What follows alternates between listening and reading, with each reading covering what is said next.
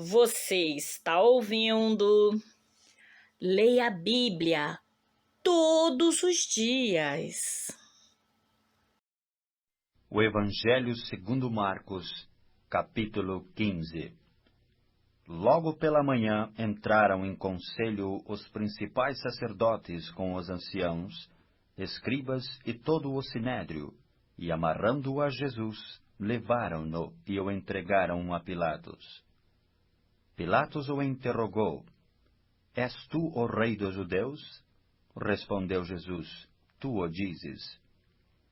Então os principais sacerdotes o acusavam de muitas coisas.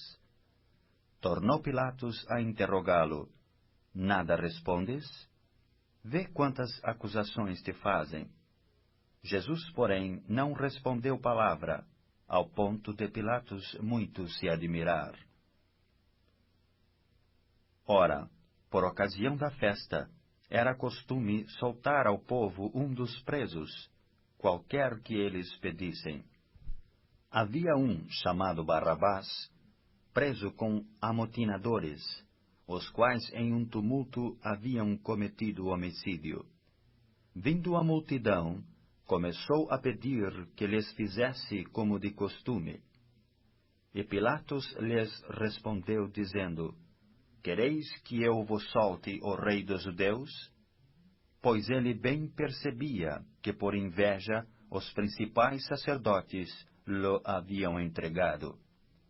Mas estes incitaram a multidão, no sentido de que lhes soltasse de preferência Barrabás. Mas Pilatos lhes perguntou: Que farei então deste a quem chamais o rei dos judeus? Eles, porém, clamavam: Crucifica-o. Mas Pilatos lhes disse: Que mal fez ele? E eles gritavam cada vez mais: Crucifica-o. Então Pilatos, querendo contentar a multidão, soltou-lhe Barrabás, e após mandar açoitar a Jesus, entregou-o para ser crucificado. Então os soldados o levaram para dentro do palácio, que é o pretório, e reuniram todo o destacamento. Vestiram-no de púrpura, e tecendo uma coroa de espinhos, lhe a puseram na cabeça. E o saudavam, dizendo: Salve, Rei dos Judeus! Davam-lhe na cabeça com um caniço, cuspiam nele, e pondo-se de joelhos, o adoravam. Depois de o terem escarnecido, despiram-lhe a púrpura e o vestiram com as suas próprias vestes. Então conduziram Jesus para fora, com o fim de o crucificarem. E obrigaram a Simão Cirineu, que passava, vindo do campo, pai de Alexandre e de Rufo, a carregar-lhe a cruz. E levaram a Jesus para o Gólgota, que quer dizer lugar da caveira. Deram-lhe a beber vinho com mirra, e ele, porém, não tomou.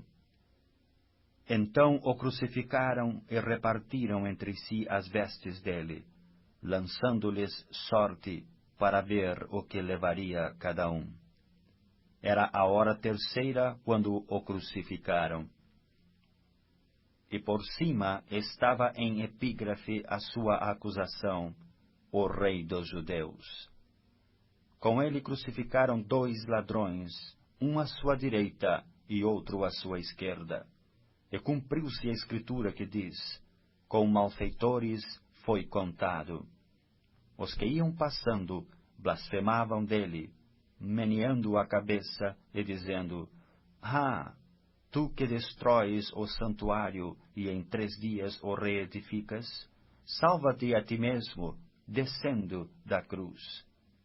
De igual modo, os principais sacerdotes com os escribas, escarnecendo entre si, diziam: salvou os outros, a si mesmo não pode salvar-se. Desça agora da cruz o Cristo, o Rei de Israel, para que vejamos e creiamos. Também os que com ele foram crucificados o insultavam. Chegada a hora sexta, houve trevas sobre toda a terra, até a hora nona. A hora nona clamou Jesus em alta voz: Eloi, Eloi, lama sabachthani, que quer dizer: Deus meu, por que me desamparaste?